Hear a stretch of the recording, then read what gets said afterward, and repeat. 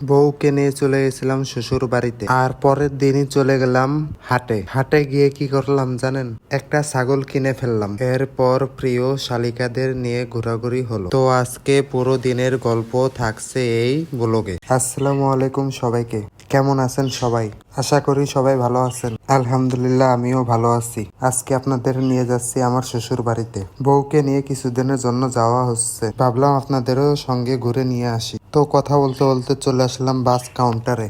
এরপর কিছুক্ষণ বাসের জন্য কিছুক্ষণ অপেক্ষা করার পর চলে আসলো আমাদের বাসটি। তো বাসটি আসার সাথে সাথে আমরা বাসে উঠে পড়লাম। বাসটি ছেড়ে দেওয়ার পর প্রকৃতির দৃশ্য দেখতে দেখতে চলে আসলাম ফেরিঘাটে। তারপর আমরা বাস থেকে নেমে গিয়ে ফেরিতে উঠলাম। ফেরিঘাটে মাঝে দুটি দুর্ঘটনা ঘটার কারণে বাস থেকে সব যাত্রীদের আগে নামিয়ে দেয়। পরে সেই বাসটি ফেরিতে উঠে। তো আমরা নদীর সৌন্দর্য দেখতে দেখতে নদীটা পার হয়ে গেলাম।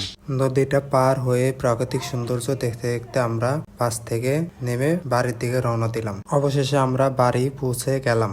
বাড়ি এসে পরের দিন সকালবেলা ভাবলাম হাটে যাব। তো একটা ভ্যানে উঠে রওনা দিলাম হাটের গন্তব্যে। হাটে গিয়ে প্রথমে একটু ঘুরে দেখলাম অনেকগুলো ছাগল ছিল।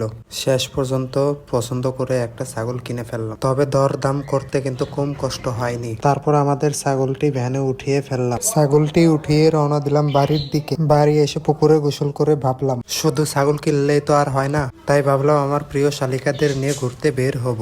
তো যেমন কথা তেমন কাজ, সবাই একসাথে রেডি হয়ে বের হয়ে গেলাম ঘুরতে। সবাই মিলে বেশ ভালো একটা সময় কাটাইলাম। এই ছিল আমার শ্বশুর বাড়িতে কাটানো সময়ের ছোট্ট একটা অংশ। হাটে গিয়ে ছাগল কিনা, তারপর প্রিয় শালিকাদের নিয়ে ঘোরাঘুরি, সব মিলিয়ে দিনটা বেশ ভালোই কেটেছে। আপনাদের কেমন লাগলো অবশ্যই কমেন্ট করে জানাবেন এবং লাইক দিয়ে পাশে থাকবেন। সবাই ভালো থাকবেন, সুস্থ থাকবেন। আল্লাহ হাফেজ।